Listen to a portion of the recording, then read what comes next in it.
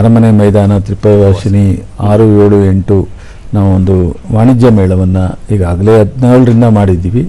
ಮಧ್ಯೆ 2-3 ವರ್ಷ ಗ್ಯಾಪ್ ಬಿಟ್ಟರೆ ಈ ಒಂದು 7 ಇದು ಸೇರಿದ್ರೆ 7ನೇ ಒಂದು ಅಂತಾರಾಷ್ಟ್ರೀಯ ವಾಣಿಜ್ಯ ಮೇಳ ಆಗುತ್ತೆ.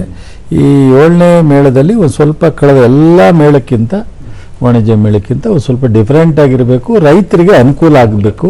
ಮತ್ತು ರೈತರಿಗೆ ಯುವಕರಿಗೆ ಇವತ್ತು ಎಲ್ಲರೂ ಉದ್ಯೋಗ ಅರಸಿ ಹೊರಗಡೆ ಹೋಗ್ತಾ ಇದ್ದಾರೆ ಮತ್ತು ಎಲ್ಲರೂ ಸಹ ಶಿಕ್ಷಣವನ್ನು ಪಡೆದಿರೋರಿದ್ದಾರೆ. ಸೊ ಕನಿಷ್ಠ PUC SSLCಯಿಂದ ಡಿಗ್ರಿ, ಅದು ಅಗ್ರಿಕಲ್ಚರ್ ಶಿಕ್ಷಣ ಇರ್ಬೋದು ಅಥವಾ ಬೇರೆ ಡಿಗ್ರಿ ಇರ್ಬೋದು ಪಡೆದಿರ್ತಾರೆ. ಅವ್ರಿಗೂ ಸಹ ಕೃಷಿನಲ್ಲಿ ಏನಾದರೂ ಒಂದು ಸ್ವಲ್ಪ ಆದಾಯವನ್ನು ಕಾಣಲಿಕ್ಕೆ ಸಾಧ್ಯ ಅನ್ನೋದನ್ನು ನಾವು ಅವರಿಗೆ ಅರಿವು ಮೂಡಿಸಿದ್ರೆ ಬಹುಶಃ ಉದ್ಯೋಗ ಹುಡುಕೊಂಡು ಹೊರಗಡೆ ಹೋಗೋ ಬದಲು ಅವರೇ ಉದ್ಯಮಿ ಆಗ್ಬೋದು.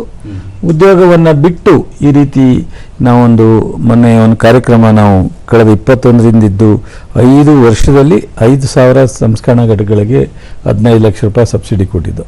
ನಾವು ಇದು ಒಂದೇ ವರ್ಷ ಎಕ್ಸ್ಟೆಂಡ್ ಮಾಡಿ ಒಂದೇ ವರ್ಷದಲ್ಲಿ 9 ಲಕ್ಷ ರಾಜ್ಯ ಸರ್ಕಾರ, 6 ಲಕ್ಷ ಕೇಂದ್ರ ಸರ್ಕಾರದ್ದು, 15 ಲಕ್ಷ ಅವರಿಗೆ ಸಬ್ಸಿಡಿ ಮೂಲಕ 6,000 ಘಟಕಗಳಿಗೆ ಕೊಟ್ಟಿದ್ವಿ ಒಂದೇ ವರ್ಷದಲ್ಲಿ.